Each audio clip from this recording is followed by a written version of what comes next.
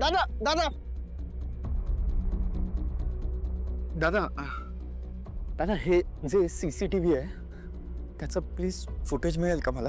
आम्ही असं footage share करू शकत नाही.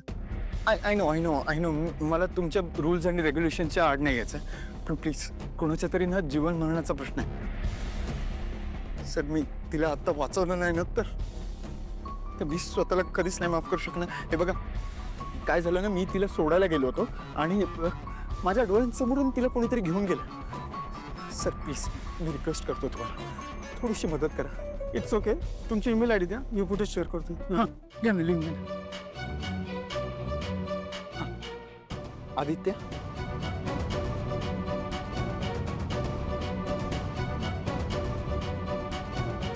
हां आला.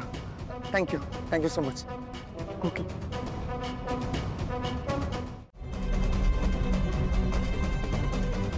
माझा फोन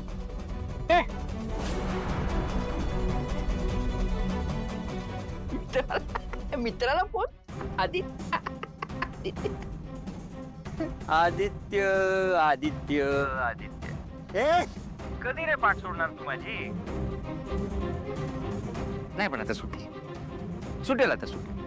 काय आहे तुझ्या या मैत्रिणीला घेऊन मी चाललो आता गुजरातला आणि गुजरात वरून थेट दुबईला. तुला गंमत माहिती आहे दुबईचे जे अजय तुला माहित आहे तू काय करतोयस? पारूला काही झालं ना तर मी शपथ तुला सोडणार नाही. ये ये ये ये ये मी वाट बघतो तुझी. ये मी नाही घाबरत तुला. चल. Hello hello hello.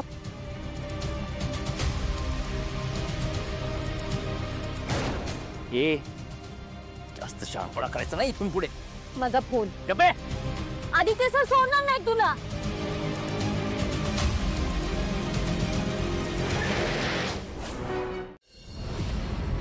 मला काही करून पारूला वाचवायला जावंच लागेल. अजय तू आहे ना पारूला जगाच्या कुठल्याही कोपऱ्यात घेऊन जा. मी तिला परत आणल्याशिवाय ना घरी जाणारच नाही. आईचा वाढदिवस पहिला वाढदिवस असेल आईचा जिथे मी तिला विश केलं नाही. आणि आय एम शुअर ही गोष्ट नक्की सगळ्यांच्या लक्षात आली असणार.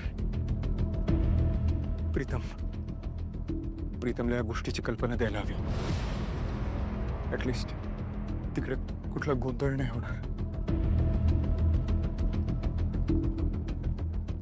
फोन चल यार.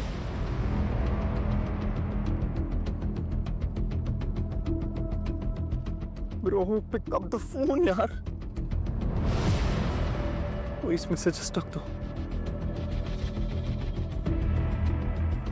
हॅलो प्रीतम, ऐक मला घरी यायला उशीर होणार आहे, पण आईला सांग की मी ओके आहे आणि काही झालं तरी तिच्या वाढदिवसापर्यंत मी नक्की पोहोचणार. ब्रो प्लीज थोडं सांभाळून घे तिकडे.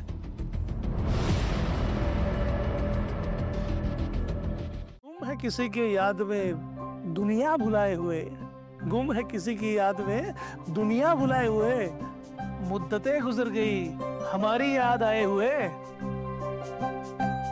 काय गाहिलं, काय करायचं तुझं? सतत कसली ना कसली तरी काळजी करत असतेस. आज वाढदिवस आहे तुझा, आनंदाचा दिवस आहे. त्या निमित्तानं आपण पार्टी ठेवली छोटीशी. आज तरी खुश राहा ना. कशी खुश राहू श्रीकांत? आज माझा वाढदिवस आहे, का आनंदाचा दिवस आहे, पण आज माझी दोन्ही मुलं इथे नाहीये. प्रीतमनी प्रियाला एक मेसेज केलाय की त्याला महत्वाचं काम आहे असं म्हणून भल्या पहाटे उठून तो कुठेतरी निघून गेलाय. आदित्य कुठे आहे कोणालाच माहित नाहीये. मला माहिती ना. तुमच्या दोघांच्या एक गोष्ट लक्षात आली नाहीये का बहिणी? आज जसा तुमचा वाढदिवस आहे ना तसाच पारूचा सुद्धा आहे. मला सांगा, तुम्हा दोघांना पारू आज सकाळपासून घरात दिसलीये का? नाही ना? कशी दिसणार? कारण पारू आणि आदित्य दोघेही कुठेतरी पळून गेले असणार. दामिनी, पारू तिच्या गावी गेलीये. मारुतीने तसं सांगितलंय मला, आणि आदित्य त्याच्या कामासाठी गेला असेल. तू उगाच आदित्य आणि पारूचे संबंध लावू नकोस हा. नाही नाही नाही दादासाहेब, अगदीच तसं नाही. फक्त माझ्या मनात एक शंका आली, ती मी व्यक्त केली. मला असं वाटलं की पारूचा वाढदिवस साजरा करण्यासाठी आदित्य पारू सोबत कुठेतरी गेलाय. नाहीतर बघा ना, बहिणींचा वाढदिवस आहे म्हटल्यावर किती किती उधाण यायचं. तो लिटरली वाट बघायचा वर्षभर आतुरतेने की वहिनींचा वाढदिवस कधी येणार. तो म्हणालेला सुद्धा वहिनींना की सगळ्या जगाने विश करायच्या आधी मी विश करणार. कुठे आहे तो आदित्य? मी जगाच्या पाठीवर कुठेही असतो तरी माझ्या आईच्या वाढदिवसासाठी येणार. कुठे येतो आदित्य? एकदा कुठेतरी लंडन की अमेरिकेत होता, तिथून धावत पळत येऊन वहिनींना सगळ्यात पहिल्यांदा विश करणार आदित्य कुठे आहे आता? आज त्याला त्याच्या आईचा खुद्द अहिल्यादेवी किर्लोस्करांचा वाढदिवस लक्षातच राहिला नाही. बापरे, अजब आहे ना हे जरा पचायला जड जाते है ना. मला अजून एक शंका येते, मी बोलून दाखवू का?